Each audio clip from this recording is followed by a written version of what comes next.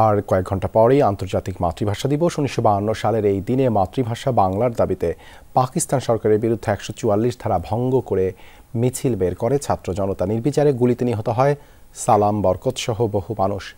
২১-এর প্রথম প্রহরে স্মৃতির মিনারে ফুল দিয়ে শ্রদ্ধা জানাবেন রাষ্ট্রপতি শাহাবুদ্দিন ও প্রধান উপদেষ্টা ডক্টর মোহাম্মদ ইউনূস।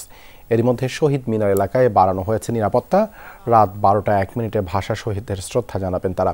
এরপর উপদেষ্টা মণ্ডলীর সদস্য, ৩ বাহিনীর প্রধান সহ রাষ্ট্রের গুরুত্বপূর্ণ ব্যক্তিরা শ্রদ্ধা জানাবেন।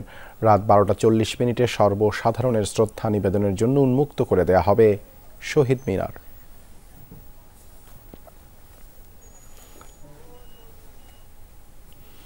কেন্দ্রীয় শহীদ মিনারে চলছে শেষ মুহূর্তের প্রস্তুতি। সেখানে আছে সহকর্মী মনিরুল ইসলাম, সরাসরি যুক্ত হচ্ছেন তিনি। মনির, শহীদ মিনার এলাকায় নিরাপত্তা বাহিনীর তৎপরতা কেমন দেখছেন? সার্বিক প্রস্তুতি সম্পর্কে জানাবেন। জি, ধন্যবাদ দেবাশিস। আসলে যেহেতু এই আর ২ ঘন্টা পরে যে আয়োজনটা, যে কর্মসূচিটা, সেটা আসলে রাষ্ট্রীয় আচার অনুষ্ঠানের মধ্যে পড়ে। তো রাষ্ট্রীয় আচার অনুষ্ঠান বলতে এইবারে একটু বিশেষ ব্যবস্থা বা একটু অন্যরকম দিন, কেননা এইবারই প্রথম অন্তর্বর্তী সরকার গঠন হওয়ার পরে তারা প্রথম অমর একুশে উদযাপন করতে যাচ্ছেন। এবং সেই ক্ষেত্রে এবার আসলে যেহেতু কোনো রাজনৈতিক সরকার নেই, অন্তর্বর্তী সরকারের প্রধান উপদেষ্টা এবং প্রথমে রাষ্ট্রপতি মোহাম্মদ শাহাবুদ্দিন তিনি আসবেন ঠিক ১২টার সময়, ১২টা ১ মিনিটে প্রধান উপদেষ্টা তিনি ফুল দিয়ে শ্রদ্ধা নিবেদন করবেন। এরপরে অন্যান্য রাষ্ট্রীয় গুরুত্বপূর্ণ ব্যক্তিবর্গ তারা এখানে করবেন। উপদেষ্টা পরিষদের যারা আছেন তারা ফুল দিয়ে শ্রদ্ধা জানাবেন।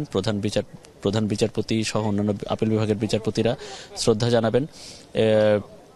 এছাড়া ৩ বাহিনীর পক্ষ থেকে অন্যান্য বিভিন্ন পুলিশ, র্যাব, আনসার, অন্যান্য বাহিনীর পক্ষ থেকে তারা জানাবেন। এরপরে ঢাকা বিশ্ববিদ্যালয়ের কর্তৃপক্ষ বা ভিসি প্রভিসি তারা ঢাকা বিশ্ববিদ্যালয়ের পক্ষ থেকে, এবং তারাই এই অমর একুশে উদযাপন কমিটির নেতৃত্বে আছে এই ঢাকা বিশ্ববিদ্যালয় কর্তৃপক্ষ, তারা জানানোর পরে ঠিক ১২টা বা ১২:৩০ পরে সর্বসাধারণের জন্য উন্মুক্ত করে দেওয়া হবে। এবং শহীদ মিনার আসলেই যে গানটি মনে পড়ে যে আমার ভাইয়ের রক্তে রাঙানো ২১শে ফেব্রুয়ারি আমি কি ভুলিতে পারি। প্রতিটি মানুষ এখানে আসবেন, একজন দুজন করতে করতে পরিবার পরিজন নিয়ে, আবাল বৃদ্ধ বনিতা সবাই এখানে আসবেন, ভাষা শহীদদের স্মরণ করবেন। এবং আজকে শহীদ দিবস, যাদের জন্য আজকের এই আয়োজন, যাদের জন্য আজকের এই স্মৃতির মিনার, যাদের জন্যেই এই যে স্মৃতির মিনারের পেছনে যে লাল বৃত্তটি, সে তাজা রক্ত ঢেলে দিয়েছিলেন যারা ১৯৫২ সালের ২১ ফেব্রুয়ারি, সেই দিনটি স্মরণ করবেন, সেই দিনের ভাষা শহীদদের স্মরণ করবেন।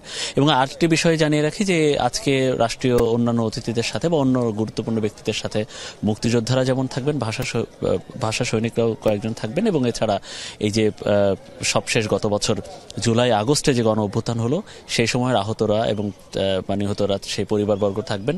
সেই স্মৃতিটাও নিশ্চয়ই আজকে এই ভাষা আন্দোলনে জড়িয়ে থাকবে। যেহেতু যেটা বলা হয় বাংলাদেশের যে অভ্যুদয় মুক্তিযুদ্ধ, সেই মুক্তিযুদ্ধের প্রাণকেন্দ্রে ছিল, সূত্রপাত ছিল ভাষা আন্দোলন, এবং ভাষা আন্দোলনের পরে মুক্তিযুদ্ধ, এবং সেই মুক্তিযুদ্ধ থেকেই যেটা বলা হচ্ছে যে জুলাই আগস্টের সেই যে আন্দোলন, সেই আন্দোলন। তো এই সর্বসাধারণের সাথে তারাও এখানে থাকবেন। ইতিমধ্যেই প্রস্তুত শহীদ মিনার, প্রস্তুত এই ঢাকা বিশ্ববিদ্যালয় এলাকা। ধন্যবাদ মনির, যুক্ত হবার জন্য।